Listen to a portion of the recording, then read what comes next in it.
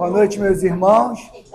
Que a paz de Deus permaneça conosco, no nosso ambiente, nos nossos corações.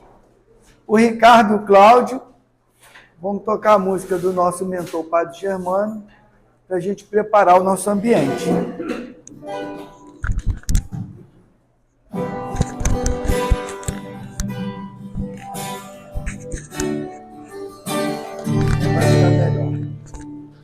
Padre Germano, olhai por nós, dai-nos a bênção do Senhor. Padre Germano, olhai por nós, mostre-nos o caminho do amor. Espírito simples, mas superior, sempre pronto para nos amparar. Espírito vivo e fundamental, Padre, seu amor é imortal. Nosso SEAB é uma dádiva de luz, de caridade, sempre em nome de Jesus. Padre Germano, nosso mentor, fonte de ternura e de amor. Padre Germano, nosso mentor, fonte de ternura e de amor. Oh, oh, amor.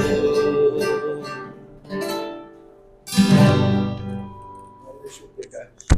Eu tenho que falar quando votar? Não, eu aviso. Obrigado, Ricardo e Cláudio. Vamos agora, meus irmãos, fazer a leitura de uma mensagem do livro Episódios Diários, psicografado pelo querido Divaldo Franco, o espírita Joana de Ângeles. E a mensagem diz o seguinte: o desânimo. Tóxico e mobilizador, o desânimo se insinua suavemente, dominando as reservas da coragem e submetendo o combatente à sua ação perturbadora. Instala-se pouco a pouco, inspirando pessimismo e mal-estar, que se agrava qual um invasor que conquista passo a passo os espaços abandonados à sua frente. O desânimo é um inimigo covarde que ceifa mais vidas do que o câncer, pelos resultados que logra na economia do comportamento humano. Quando sentires a insinuação do desânimo, ciciando-te falsos motivos para que abandones a peleja, ou a postergues, ou a desconsideres, e tenha cuidado. Usa a razão, expulsa-o da casa mental. Às vezes, se te apresenta na condição de mágoa defluente de qualquer incompreensão sofrida, e noutras ocasiões, em forma de exaustão das forças, que te deve superar mediante a mudança de uma atitude mental ou de uma atividade física. A marcha do tempo é inexorável. De qualquer forma, as horas se sucedem. Utiliza de maneira condigna, mesmo que a peso de muito sacrifício. Quando transpuser a barreira da dificuldade, constatarás a vantagem de haver perseverado, descobrindo-te rico de paz em face dos tesouros do amor e da realização que adquiriu. motivo algum deve servir de apoio para o desânimo. Tudo na vida constitui um convite para o avanço e a conquista de valores, na harmonia e na glória do bem. Com quem nunca, né? Às vezes até vamos para um compromisso, vamos para uma atividade, vamos fazer alguma coisa e aparece o desânimo, né? Então, e ele contamina muitas vezes a nossa própria vida. A gente abandona projetos, então que a gente possa estar atento, né? Porque muitas vezes o desânimo vem acompanhado da depressão, né? E aí a gente acaba mergulhando numa situação muito mais difícil. Alguém está aqui pela primeira vez? Não? Então vamos agora elevar o nosso pensamento ao alto. Vamos agradecer a Deus, nosso Pai, pela oportunidade de estarmos vivos, encarnados, né? Superamos mais um dia. Muitos de nós com muita dificuldade, com angústia no coração, com sofrimento, às vezes muito forte. Mas Deus nos permitiu terminar o dia e abriu as portas da sua casa para nos acolher como um grande hospital de almas e como uma grande escola também, onde estamos sempre aprendendo. E daí o nome da nossa casa, Aprendizes do Bem.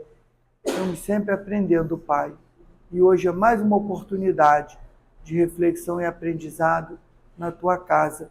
E por isso agradecemos, Pai, por estarmos aqui com essas portas abertas, nos acolhendo. Agradecer ao nosso Mestre Jesus por tudo que nos ensinou e nos exemplificou e por estar reunido conosco, porque assim nos ensinou. Agradecer ao nosso querido Germano, o mentor da nossa casa, pela dedicação a todos nós, aos trabalhos e atividades da casa, aos cuidados com os encarnados e com os desencarnados, junto com essa legião incansável da espiritualidade amiga, que trabalha muito por todos nós. A nossa gratidão a vocês, meus irmãos, por estarem conosco, por cuidar da nossa casa, para que ela esteja sempre com as portas abertas, acolhendo e amparando a todos nós que ainda somos necessitados. Pedir essa espiritualidade amiga, que nesse momento de estudo possam envolver, inspirar e intuir o nosso querido irmão Rodrigo, que fará uso da palavra, para que ele traga a cada um de nós um pouco daquilo que nós precisamos ouvir para confortar os nossos corações e nos inspirar cada vez mais a confiança no amor, na misericórdia de Deus. E assim, Pai, agradecidos pela oportunidade de estarmos aqui reunidos na Tua casa, pedimos a permissão para dar por iniciada a reunião dessa noite. Graças a Deus e em nome de Deus, nosso Pai, está iniciada a nossa reunião. E agradecer mais uma vez o nosso irmão Rodrigo por estar conosco na nossa casa. Já nos sentimos aqui donos desse passaporte, né? Já consideramos você como sendo um dos nossos, um dos trabalhadores da nossa casa. Muito obrigado. Obrigado. Uma boa noite a todos. Boa noite. É sempre uma alegria muito grande estarmos aqui com os amigos do Aprendizes do Bem, casa que nós já nos sentimos pertencentes, trabalhadores. Com certeza. E nós gostaríamos de agradecer a direção da casa, pois na condição de estagiários da vida, nós temos absoluta certeza de que a obra é do Cristo, mas a oportunidade de trabalho é toda nossa. Então, muito obrigado por mais essa oportunidade. Na noite de hoje, nós iremos estudar o capítulo 16 do Evangelho segundo o Espiritismo. Não se pode servir a Deus e a Mamon.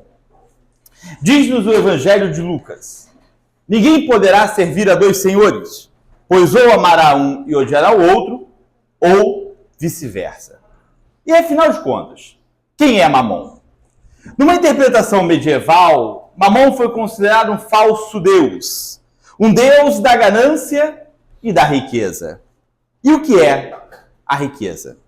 Certa vez ouvi um grande pensador dizendo que rico não era aquele que possuía muito dinheiro, mas sim o que precisava de pouco. Muitas vezes ouvimos alguém dizer: fulaninho é tão pobre que a única coisa que ele tem é dinheiro. E afinal de contas, o que é a riqueza? Ao consultarmos o ilustre professor Google, Google nos diz que riqueza é abundância de bens materiais ou de qualidades. Eu repito, riqueza é abundância de bens materiais ou de qualidades. Quando eu era pequenininho, lá em Bangu, todo dia 31 de dezembro, nós íamos passar as noites de Réveillon na casa dos meus saudosos tios, Tereza e Tião.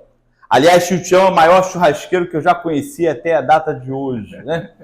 E me recordo que naquelas noites felizes de Réveillon, minha família costumava cantar uma canção que para nós representava quase um hino de final de ano, que dizia: adeus, ano velho, feliz ano novo, que os sonhos se realizem no ano que vai nascer. Muito dinheiro no bolso, saúde para dar e vender. Saúde para dar e vender, ok. Mas o muito dinheiro do bolso será objeto do nosso estudo na noite de hoje. Nesse período do ano, no final do ano, eu vejo muitos companheiros barganhando com a divindade. Porque no final do ano, aqui no Brasil, nós temos a famigerada Mega Sena da Virada. E aí eu vejo muitos dizendo, olha, se eu ganhar a Mega Sena da Virada, eu vou fazer isso, aquilo outro, eu vou ajudar o fulano, beltrano, ciclano, e ainda vai resolver todos os meus problemas. Eu pergunto aos amigos do Aprendizes do Bem, ganhar na Mega Sena da Virada hoje resolveria todos os nossos problemas? Não, com certeza. Será que o dinheiro é capaz de resolver todos os nossos problemas? Não. Assim pensava Jerônimo da Silveira, do livro Memórias de um Suicida. Jerônimo da Silveira, comerciante português do século XIX, que ao ver aproximar-se de si a falência, temendo a vergonha e a pobreza, num ato impensado, tira a própria vida com um disparo de arma de fogo, deixando na terra desamparados esposa e 4 filhos. Eu pergunto aos amigos, será que o dinheiro é capaz de resolver todos os nossos problemas? Será que o dinheiro é um fator determinante para a nossa felicidade? Eu tenho um amigo chamado André, que também é cego, e desde já eu peço desculpas aos amigos, porque na minha última palestra aqui em agosto eu prometi nesta não trazer nenhuma história de cego, mas eu não resisto, né? Então eu já peço desculpas. André, ele é professor de História do município do Rio de Janeiro. E André e eu temos uma característica muito em comum. Nós somos muito observadores da vida alheia. No bom português, fofoqueiro mesmo. E fazia muito tempo que eu não encontrava André. Até que umas semanas atrás nós nos encontramos e o André, muito falador, teve que botar quase um ano de história. E dentre as muitas histórias que o André me contou, ele me contou uma muito interessante, falando o seguinte: olha, Rodrigo, nesse ano, na segunda-feira depois do Carnaval, e um pequeno parênteses, nós sabemos que aqui no Brasil o ano começa 1º de janeiro. E se na segunda-feira, depois do Carnaval. Ele falou, Rodrigo, na segunda-feira, depois do Carnaval, eu fui trabalhar. E aí, como o André é muito conversador, muito perguntador, né, ele foi perguntando para os alunos, para os inspetores, para as merendeiras e para seus colegas professores como havia sido aquele período de descanso, o Carnaval. E 2 respostas lhe chamaram muita atenção. 2 colegas seus professores, um rapaz e uma moça. Porque ambos possuem filho mais ou menos da mesma idade, entre 3 e 4 anos de idade. Mas eles têm uma situação econômica muito diferente. O professor, ele luta com grande dificuldade, pois na sua casa somente ele trabalha, a esposa encontra-se desempregada. Já a professora não. Essa tem uma situação econômica muito mais favorável. Porque além dela trabalhar, seu esposo, ele é mergulhador da Petrobras. E ela própria possui 2 pensões deixadas por seus pais, numa época em que servidores públicos, ao desencarnarem, deixavam a pensão para os filhos, mas principalmente para as filhas. E quando o André foi conversar com o professor, e tá tudo bem? Ele falou, tá tudo ótimo, André. E o André perguntou, e aí, como é que foi o Carnaval? Olha, André, foi maravilhoso. Esse ano eu realizei um grande sonho. Fui passar o Carnaval na região dos Lagos, em Cabo Frio. E o André disse: Cabo Frio, que beleza, né? Praia do Forte, Praia do Peró, Praia das Conchas, Picanha do Zé. Ele falou: André, aluguei um Airbnb. E o que eu fiz? Antes de viajar, eu fui na Casa e Vídeo. Comprei um carrinho daqueles que bota cadeira, guarda-sol, cooler. E o que eu fazia? Todo dia de manhã eu acordava mais cedo, descia. Na esquina do prédio que eu estava lá, tinha um depósito. Eu ia lá, comprava um saco de gelo, voltava para casa, ajeitava as bebidas no cooler, botava os petiscos, esperava minha esposa e minha filha acordarem, tomávamos café e partiu praia. Passávamos o dia todo na praia, foi uma maravilha. Minha filha cada hora arrumava um amiguinho novo para brincar na areia, foi uma coisa maravilhosa. Quando o André foi conversar com a professora, eu falei: tá tudo bem? Ela falou: tá. E o André percebeu que ela estava um pouco desanimada. Então o André, muito curioso, perguntou, né? E como é que foi seu carnaval? Foi bom. E aí o André continuou: e você foi aonde? Eu falei: André, eu fui para um resort no Nordeste. E o André pensou: Nordeste, que maravilha, né? Aquela água quente, aquela comida gostosa, um povo alegre, simpático. E aí o André ficou curioso, falou: mas o que houve? Aí eu falei assim: não houve nada não, André. É que o fulano, o filho, não me deixou fazer nada. Queria que eu ficasse o tempo todo brincando com ele na areia. Não pude ler meu livro, assistir minha série. Eu pergunto aos amigos: será que o dinheiro é capaz de resolver todos os nossos problemas? Será que o dinheiro é fator determinante para a nossa felicidade? O que nos diz o Livro dos Espíritos? Na questão 922 do Livro dos Espíritos, Kardec nos diz: a felicidade na Terra, ela é relativa à posição de cada um. Porque o que é motivo para a felicidade de um, seria motivo para a desgraça do outro. Mas então pergunta Kardec aos benfeitores da humanidade: haverá, no entanto, alguma soma comum de felicidade para todos os seres humanos que estão na Terra? E os benfeitores da humanidade respondem: olha, em relação à vida material, é a posse do necessário. Em relação à vida moral, é ter a consciência tranquila e a fé no futuro. Nós estamos estudando o capítulo 16 do Evangelho segundo o Espiritismo. Não se pode servir a Deus e a Mamon. Certa feita, o mancebo foi ao encontro do mestre e disse: bom mestre, o que preciso fazer para ser salvo para ter a vida eterna? Disse-lhe então o Rabi a ele: por que me chamas de bom? Bom é Deus que está no céu. Mas disse o Rabi ao jovem: observe os mandamentos. E o mancebo indaga: mas quais mandamentos, Senhor? E o Rabi lhe diz: os trazidos por Moisés. Diz então o mancebo: mas isso eu já faço. O que eu preciso fazer mais para ter a vida eterna, para ter a salvação? Disse-lhe então o Rabi: vá, vende todos os teus bens, doa aos pobres, volta e me segue. E o mancebo afastou-se tristonhamente, pois possuía muitos haveres e não pretendia abrir mão dos mesmos. Disse então o Rabi aos seus discípulos: em verdade eu vos digo, é mais fácil que um camelo passe por um buraco de uma agulha do que o rico entrar no reino dos céus.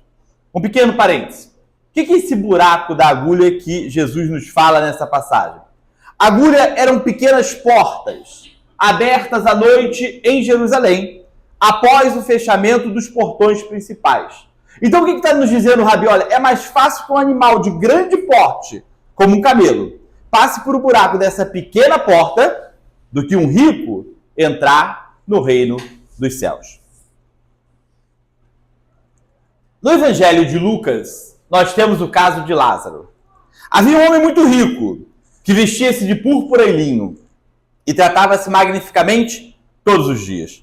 Havia um outro irmão, muito pobre, em situação de rua, chamado Lázaro, que tinha o corpo coberto de chagas, que permanecia na porta daquele rico, pensando em mitigar sua fome com os restos da mesa do rico. Mas nem isto lhe davam de comer. Ocorre que Lázaro desencarnou. E os anjos vieram buscar e levaram para junto do seio de pai Abraão. O rico também desencarna e teve como sepulcro o inferno. E quando ele estava nas tormentas do inferno, ele olha para o céu e vê Lázaro junto de Abraão.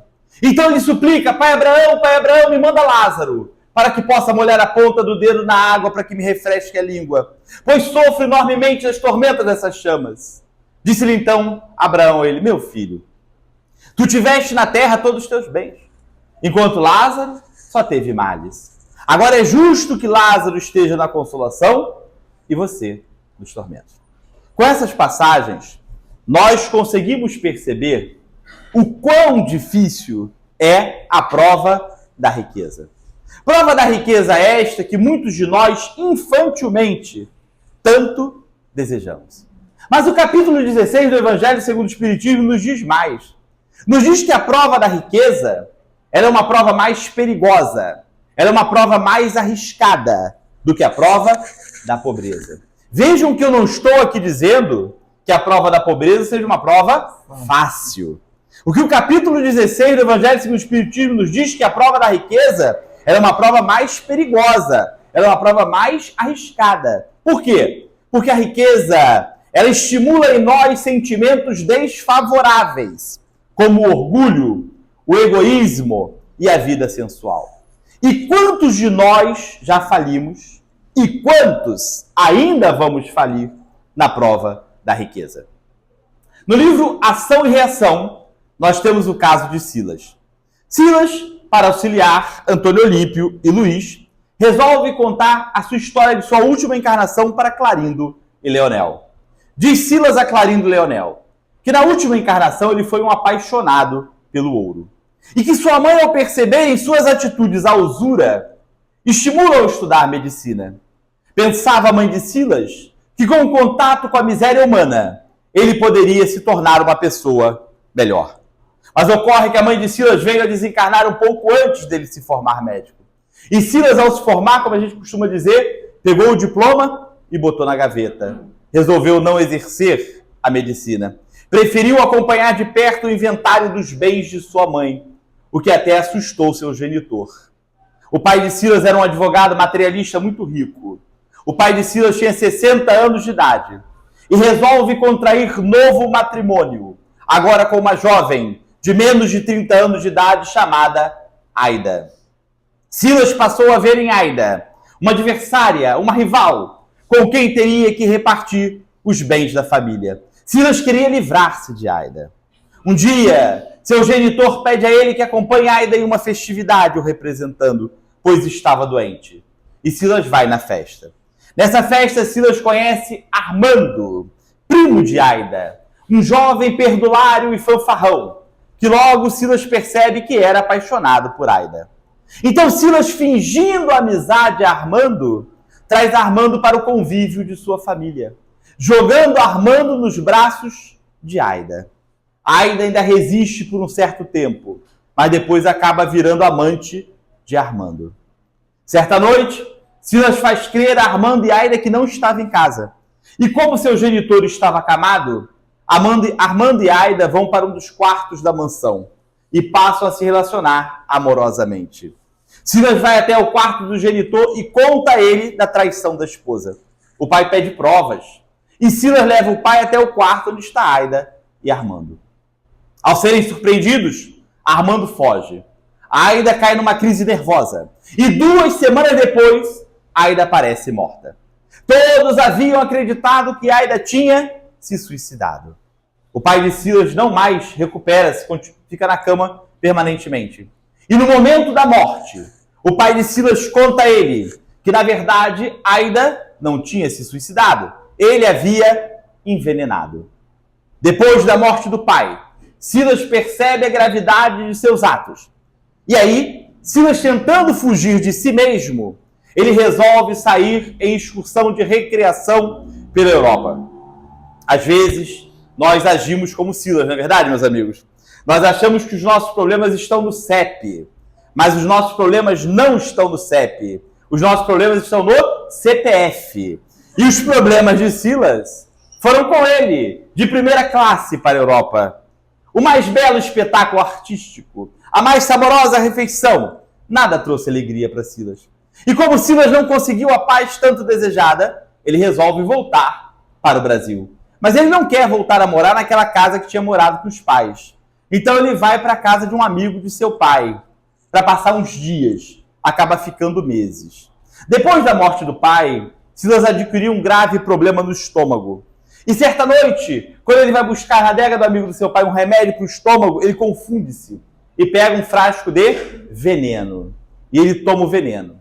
Silas despede-se daquela encarnação e passa a vagar pelas trevas, até ser resgatado por amigos de seu pai e levado para aquela colônia onde agora trabalhava como assistente. O pai de Silas é Drúzio, o diretor da colônia da mansão. E Drúzio e Silas trabalhavam até terem a oportunidade de reencontrar Aida nas trevas.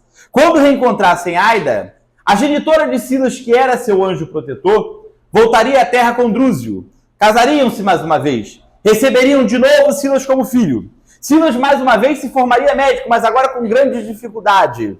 Não mais com a facilidade de um jovem rico. E Silas receberia como irmã Aida. Aida reencarnaria com graves problemas neuropsíquicos. E Silas deveria ser seu protetor, seu anjo guardião. Então, como nós podemos perceber, a prova da riqueza, ela não é uma prova tão fácil assim.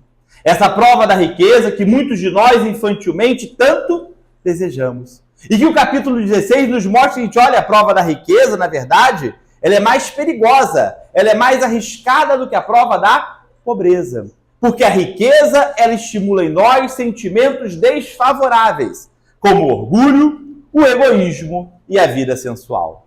Mas vejam, o fato da prova da riqueza ela ser uma prova mais perigosa, mais arriscada que a prova da pobreza, não a torna intransponível, invencível.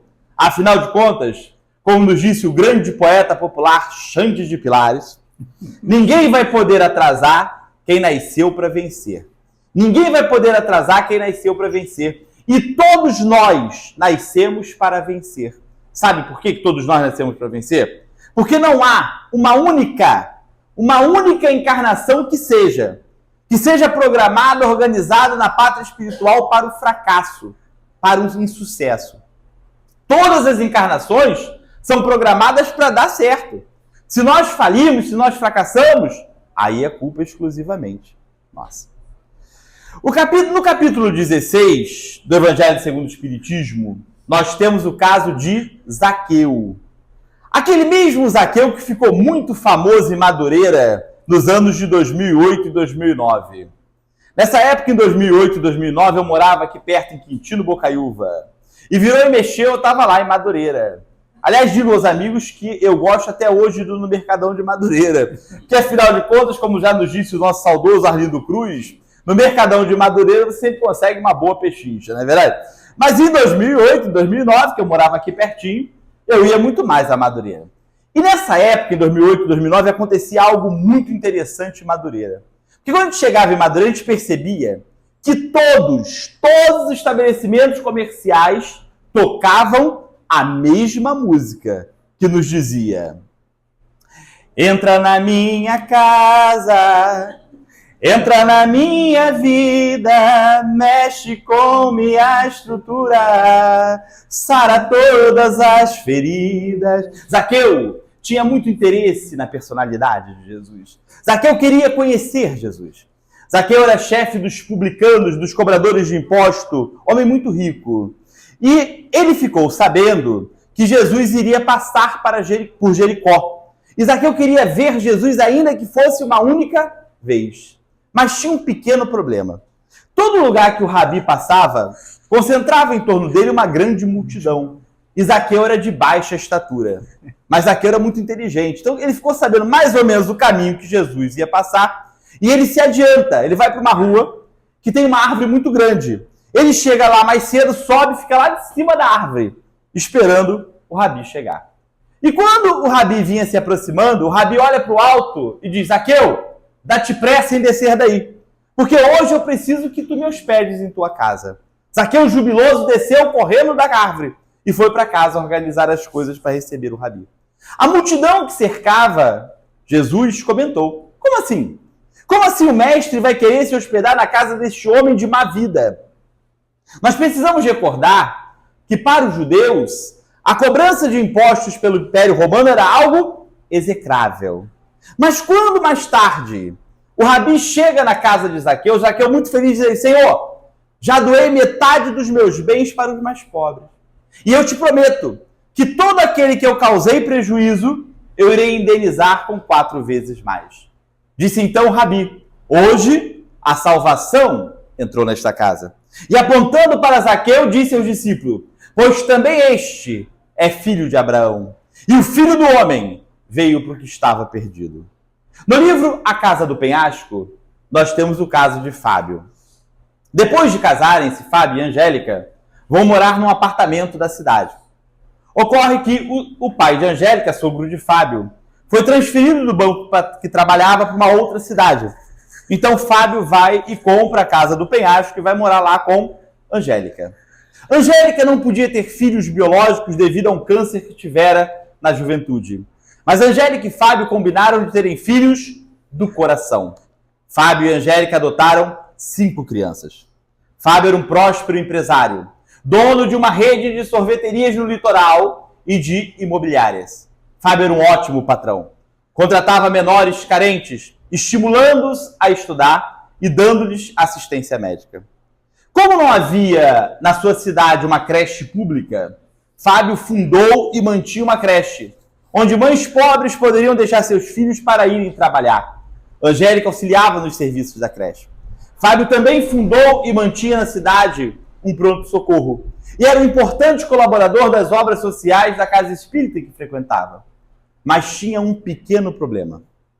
Fábio havia programado na pátria espiritual de vir muito rico e depois tudo perder, para testar, ver se ele iria se revoltar com a pobreza.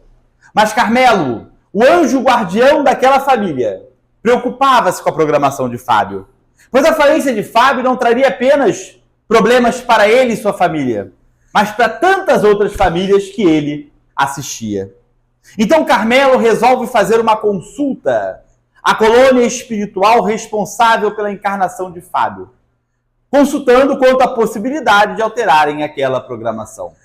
Alguns dias depois, Carmelo é chamado à colônia, e os orientadores dizem que sim, será possível alterar a programação, pois Fábio soube ser depositário fiel dos bens que lhes foram confiados. E a sua falência traria muito mais prejuízo para as famílias que ele auxiliava do que propriamente para ele e para a sua família. Foi assim que na manhã do dia seguinte, Fábio, influenciado por Carmelo, desiste da venda da rede de sorveterias para a compra de uma chácara para lotear, negócio que seria responsável pela sua falência. Então vejam, o fato da prova da riqueza ser uma prova mais perigosa, mais arriscada do que a prova da pobreza, não a torna intransponível, invencível. Vide o caso de Zaqueu e Fábio.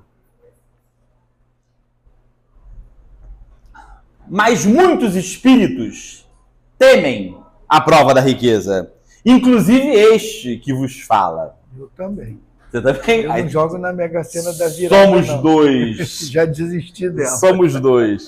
Vejam, lá no meu trabalho, meus companheiros têm pelo hábito de fazer bolão, ou para jogar na Mega Sena, loto fácil na quina. E no começo eles me convidavam, falaram, Rodrigo, vamos participar. É apenas R$10. Até que um dia eu indaguei do companheiro que estava organizando, eu falei, fulano, e se nós ganharmos? Nós vamos ganhar quanto? E ele me falou, olha, Rodrigo, mais ou menos entre 30 e 20 milhões de reais. Eu falei, não quero participar, não. Ele falou, Rodrigo, larga a mão de ser pão duro, é apenas R$10.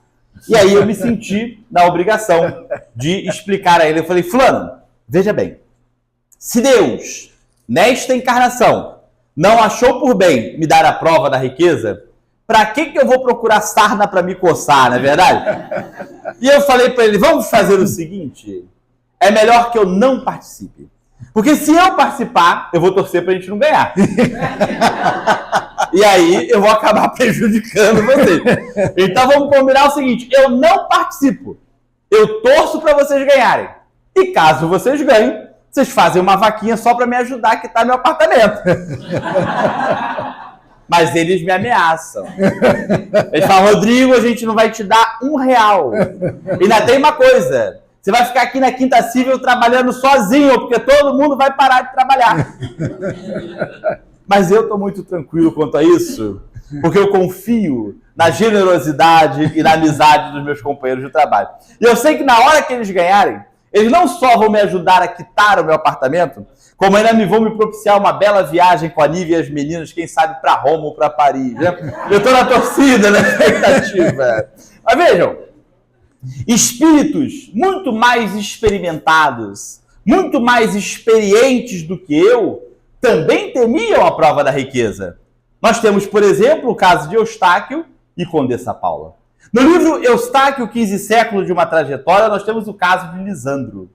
Após retornar de uma encarnação vitoriosa no século XVII, onde pôde reconciliar-se com antigos desafetos, os belos portões dourados de Alvorada Nova recepcionam Eustáquio, conduzido por seu mentor Genivaldo. Depois de recuperar-se espiritualmente, Eustáquio vai ao encontro do seu orientador Agamenon. E Eustáquio diz a Agamenon que gostaria de retornar ao palco da Terra para continuar a sua jornada evolutiva. O que Agamenon concorda para Eustáquio: você agora terá uma encarnação chave. E disse Agamenon a ele: olha, você reencarnará num país que tantas vezes te viu nascer, a França. E numa prova que tantas vezes você sucumbira, falhara, a opulência, a riqueza. E disse ainda Agamenon a Eustáquio: você vai reencarnar no momento de grandes transformações da França. Foi assim que no ano de 1737, Eustáquio retorna a Paris, agora na personalidade de Lisandro. Lisandro reencarnou numa família muito rica e foi um participante ativo dos caminhos que levaram a França à sua maior revolução, a Revolução de 1789. Lisandro era um defensor dos ideais iluministas, combatia a pena de morte e toda forma de sofrimento do ser humano. No livro Céu e Inferno, nós temos o caso de Condessa Paula. Condessa Paula era uma mulher jovem, bela, nascida de uma família nobre, que tratava os socialmente menos favorecidos como irmãos, sem superioridade, sem proteção humilhante. Condessa Paula observava a orientação cristã que nos diz que não saiba a vossa mão esquerda o que dá a direita. A caridade praticada por Condessa Paula só era do conhecimento dela e dos pobres infelizes que ela assistia. Mas não pense, meus amigos do Aprendizes do Bem, que Condessa Paula tinha uma vida muito diferente das pessoas de sua época. Não. Condessa Paula era casada, tinha filhos. Mas o que fazia a Condessa Paula? Ela evitava o desperdício.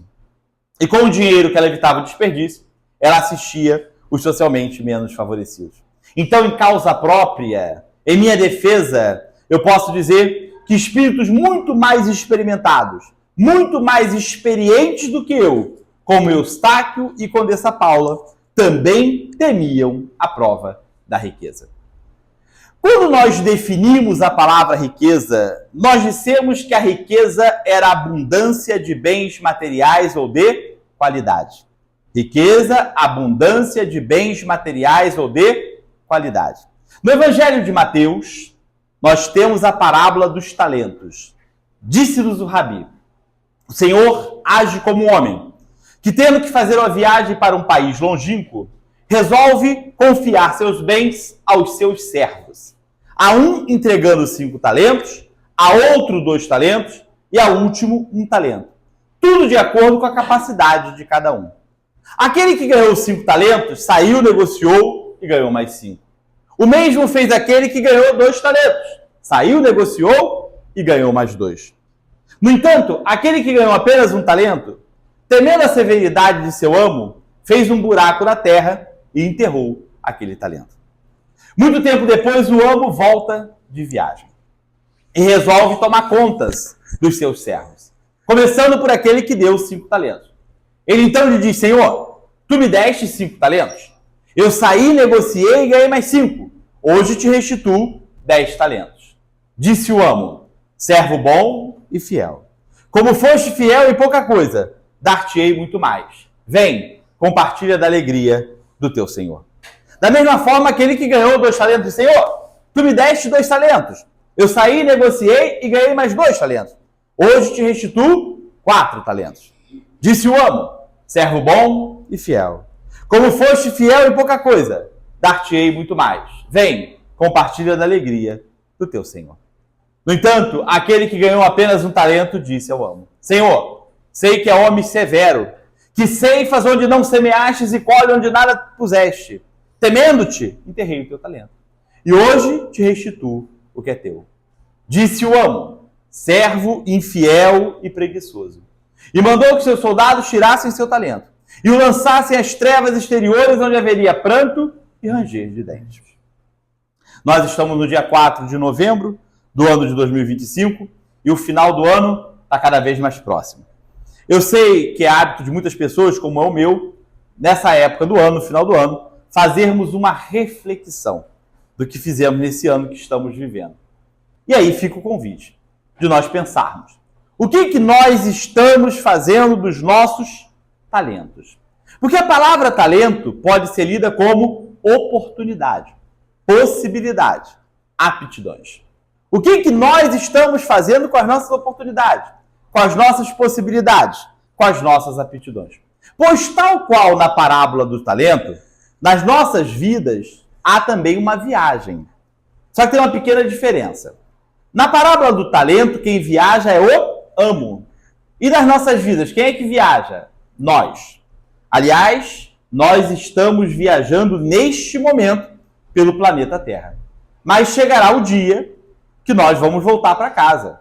Vamos retornar para a verdadeira pátria, para a pátria espiritual. E quando nós voltarmos para casa, para a verdadeira pátria, para a pátria espiritual, será nos indagado: o que vós fizeste dos vossos talentos, das vossas oportunidades, das vossas possibilidades, das vossas aptidões. E aí?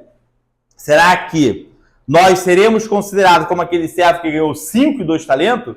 Servo bom e fiel? Ou será que nós seremos considerados como aquele servo que ganhou apenas 1 talento? Servo infiel e preguiçoso. Será que nós estamos multiplicando as nossas oportunidades, as nossas possibilidades, as nossas aptidões? Ou será que por medo e preguiça nós estamos enterrando as nossas oportunidades, nossas possibilidades, as nossas aptidões?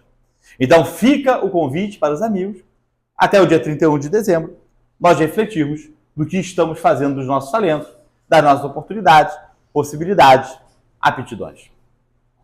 O item 9 do capítulo 16 do Evangelho segundo o Espiritismo nos fala da verdadeira propriedade. O que é nosso de fato? Qual é a nossa verdadeira propriedade? Diz-nos o Evangelho: tudo aquilo que nós não podemos levar quando formos embora, não é nosso.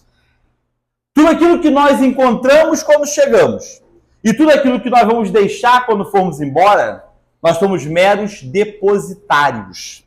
Então vejam, na verdade, tudo que é de uso do corpo não é nosso. Nós somos só usufrutuários, administradores. Então, Rodrigo, o que é nosso? O que é de uso da alma. E, Rodrigo, o que é de uso da alma? A nossa inteligência, os nossos conhecimentos, as nossas qualidades morais. A nossa inteligência, os nossos conhecimentos, as nossas qualidades morais são a nossa verdadeira propriedade. Porque isto nós poderemos levar conosco quando retornarmos para casa, para a verdadeira pátria, para a pátria espiritual.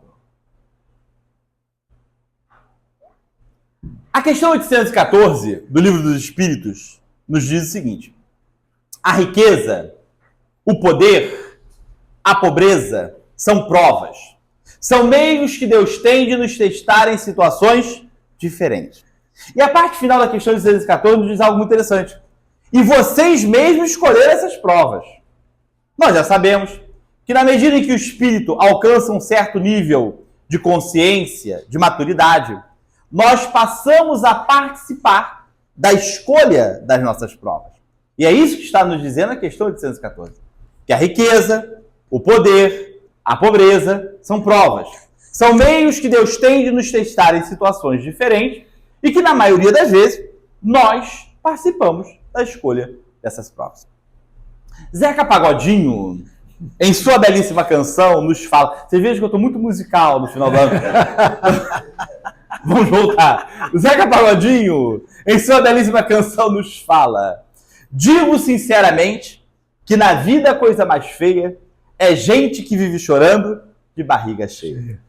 A psicologia e as religiões são unânimes e pacíficas em reconhecer que nenhum benefício, nenhuma vantagem tem para o ser humano queixar-se, reclamar da vida. E muito menos para nós, espíritas. Porque nós espíritas sabemos, se não sabíamos, descobrimos agora, que a riqueza, a pobreza, a cegueira, a enfermidade, o poder são provas, são lições, são os livros que nós precisamos ler nessa grande sala de aula chamada planeta Terra. Nós também já sabemos que Deus não pune ninguém. Deus não pune, Deus educa. E que não há nas leis do Senhor da vida a figura da vítima. Eu não sou vítima de nada nem de ninguém. Eu sim sou herdeiro de mim mesmo. Eu colho hoje tudo aquilo que eu plantei ontem. E eu estou semeando hoje o que eu vou colher amanhã. Então, se tem alguém que eu tenho que me queixar, é de mim mesmo. Lembre-se, na vida, coisa mais feia é gente que vive chorando de barriga cheia. Que nós possamos pegar os nossos arados e seguirmos felizes a nossa tarefa. Amando, trabalhando, semeando e esperando que dias melhores só dependem de cada um de nós. Muito obrigado pela caridade de vocês terem me ouvido na noite de hoje. Muita luz, muita paz a todos. Eu aproveito mais uma vez para agradecer a direção do Aprendizes do Bem por mais esta oportunidade. E aproveito também esse momento para desejar a todos um Feliz Natal, um próspero ano de 2026 e que no ano de 2026 nós tenhamos saúde para dar e vender e os recursos necessários para seguirmos adiante. Uma boa noite, meu muito obrigado e até 2026. Eita, nós que agradecemos, Rodrigo. Poxa, essa grande reflexão tão importante para todos nós e como precisamos, né? Então, muito obrigado em nome de todos nós, aprendizes do bem, encarnados e desencarnados. Muito obrigado, meu irmão. E os nossos irmãos internautas, né, compartilhem, dê um like, para que essa mensagem, essa reflexão tão importante dessa noite possa chegar a tantos corações para que faça a mudança daquilo que ainda precisamos. Muito obrigado.